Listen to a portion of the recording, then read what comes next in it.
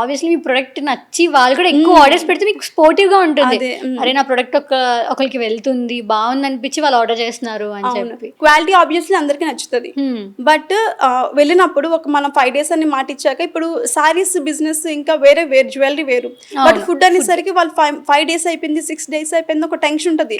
ఎంత పే చేస్తాము, ఫ్రెష్నెస్ పోతుందేమో, డ్యామేజ్ అవుతుందేమో, అది మనం తినగలమా లేదని కొన్ని డౌట్స్ ఉంటాయి. అవన్నీ నేను క్లియర్ గా ఎక్స్ప్లెయిన్ చేసేదాన్ని. అలాంటప్పుడు చాలా పేషెన్స్ గా వెయిట్ చేసేవాళ్ళు. కొన్ని డేస్ ఇప్పుడు డెలివరీ నుంచి కూడా కొన్ని మనకి ఎర్రర్స్ ఉంటాయి కదా అనుకోకుండా, అలాంటప్పుడు కూడా చాలా సపోర్ట్ చేసేవాళ్ళు కస్టమర్స్ కూడా. ఐఎమ్ సో హ్యాపీ, ఎందుకంటే ఇంత మంచి కస్టమర్స్ ఉన్నారు. వాళ్ళ వల్ల నిజంగా ఎంత ముందుకు వెళ్తున్నానంటే, ఎంత లోకి వచ్చినా సరే, ఎన్ని డ్యామేజెస్ అయినా సరే, అయ్యో ఇంత నేను లాస్ భరించు. లిటరల్లీ నేను ఒక ఎగ్జాంపుల్ చెప్తాను. ఒక ఆవిడ 4 kgs పెట్టుకుంది. 4 kgs. నాకు లిటరల్లీ 4 kgs 5 kgs చాలా ఆర్డర్స్ వస్తాయి డైలీ. ఒక పర్సన్ చాలా వస్తాయి. ఆ 4 kgs అని డ్యామేజ్ అయిపోయింది.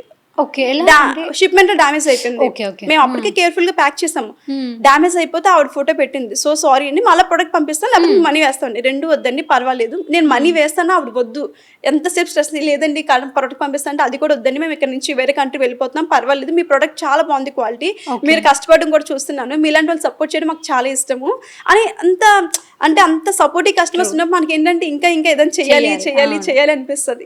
లిటరల్లీ కస్టమర్స్ హ్యాట్స్ ఆఫ్ అండి, ఎంత బాగా సపోర్ట్ చేశారు నాకైతే.